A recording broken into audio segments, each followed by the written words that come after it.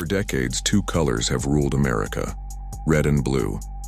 Two sides that claim to love the same country, yet can't agree on how to keep it running. And now, their war has reached a breaking point. Because for the first time in years, the United States, the richest nation on earth, can't even pay its own workers.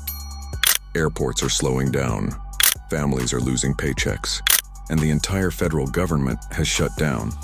How did the world's most powerful democracy end up paralyzed by its own politics? To understand what's happening today, you need to understand America's oldest civil war, not fought with guns, but with ideology. Hit the subscribe button and stick till the end. On one side, the Democrats, they believe government should help people, fund healthcare, education, and protect workers.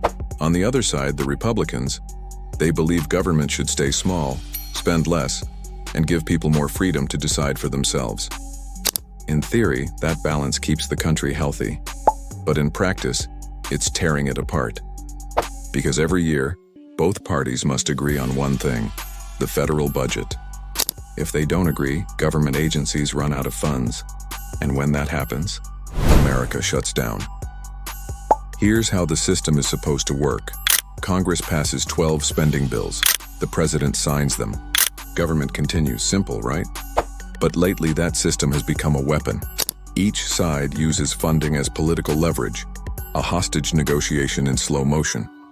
Republicans say, "We won't approve spending unless Democrats cut welfare programs."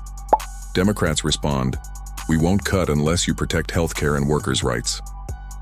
And while politicians argue on live TV, federal workers sit at home, unpaid. This isn't new. America has been here before, again and again. 1995. President Bill Clinton faces a 21-day shutdown. Republicans demand huge spending cuts. Clinton refuses. Airports close. Passports are delayed. Hundreds of thousands of workers are sent home. 2013. Republicans try to block funding for Obamacare. The shutdown lasts 16 days. The U.S. economy loses an estimated $24 billion, 2018-2019. The longest shutdown in U.S. history, 35 days. President Trump and Democrats clash over border wall funding. Thousands of families go without pay during Christmas. Different years, different reasons. But one common thread: political division. And now, it's happening again. October 2025. The U.S. government shuts down once more. The same familiar fight. How much should America spend on healthcare, defense, and border security? Republicans demand sharp spending cuts to reduce national debt. Democrats refuse, saying those cuts would hurt millions of families. The deadline passes. Congress fails to act. Hundreds of thousands of federal employees are sent home without pay. Others, like airport security and military staff, keep working, but with no salary. Families depending on childcare, food aid, or housing support now face uncertainty. Behind every shutdown statistic, there's a person. A single mother who works for a federal agency and can't pay rent. A park ranger watching gates close on public lands. An air traffic controller doing double shifts without a paycheck. To politicians, it's a budget battle. To workers, it's a nightmare.